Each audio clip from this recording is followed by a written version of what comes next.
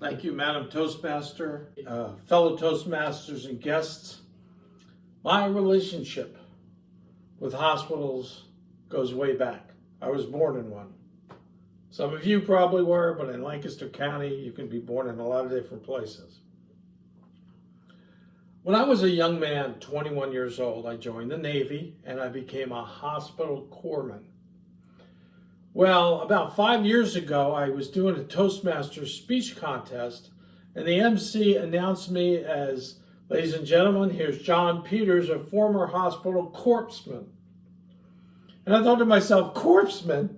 There's a big difference between a corpsman and a corpsman. A corpsman is a hospital working elite. A corpsman is a living dead. Come on, buddy, get that right. And many years ago, I worked in a hospital in the Midwest, actually Des Moines, Iowa area. And I'm in the ER one day, and a guy walks through the automatic doors, stands in the middle, and the doors are going choo-choo, choo-choo. And he's standing there doing this. So I went up to him and said, "Sir, can I help you?" He said, "I'm here to see the great physician." Just then, the three doctors behind the desk stood up and said, "That must be looking for me." Talk about egos. Doctors have egos.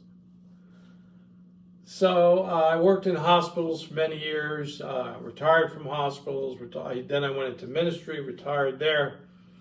But recently I found myself just actually last week in the local hospital emergency room. And it was busy. We ended up waiting like 3 hours. It's ridiculous. But one thing that I liked is they had a big TV screen on the wall, and they were showing videos of Niagara Falls on the video, on the wall, on the TV. I thought that was a great idea. These guys are smart, because I knew in any minute they were going to ask my daughter for a specimen. They were kind of priming the pump, a subconscious, getting the fluid going. And so they're brilliant. These guys know what they're doing. And of course, they had their vending machine, the corner with 3 or 4 vending machines, or as I like to call them, anger venting machines, because you blow your top when you see the price of a Snicker. Ridiculous. Anybody here ever eaten the hospital food? I have.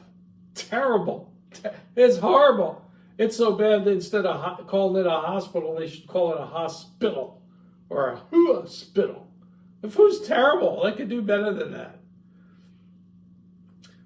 But about 2 months ago, I went to the hospital. I had a migraine headache. And I have to say, they did a really good job. They got rid of the headache for about a month until I got the $4,000 bill. My migraine came back along with high blood pressure and depression. Ridiculous how much they charge. The name of the hospital, you guys know it. It's WellSpan, or as I like to call it, We'll Spend All of Your Money Hospital. And, in the ER, I'm sure most of you are familiar with this, they use a system called triage. And that's where you take the worst patients, you put them first. But when I'm in pain, I am selfish. I don't care about anybody else. It's me first, me first. Instead of triage, I want meage. Instead of the emergency room, I want the emergency me now, take me first room. Don't make me wait when I'm in pain. And have you ever noticed that doctors and nurses wear pajamas to work? Yeah. Well, okay, they call them scrubs, but they look like pajamas. And of course, they make the patients wear pajamas, but they just give them a half a pajama because they're so cheap. So if you want to see a fully pajamaed patient, you got to put 2 of them back to back. Talk about cheap.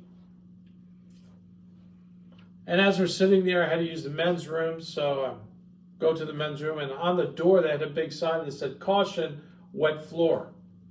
I thought to myself, we don't need that sign. Men, the men's room's floor is always wet because guys have bad aim and they're easily distracted. But all in all, I'm very thankful for hospitals. They've been very good to me, my wife, my kids, my family, and the community. God bless the hospitals, doctors, nurses, and staff. Madam Toastmaster.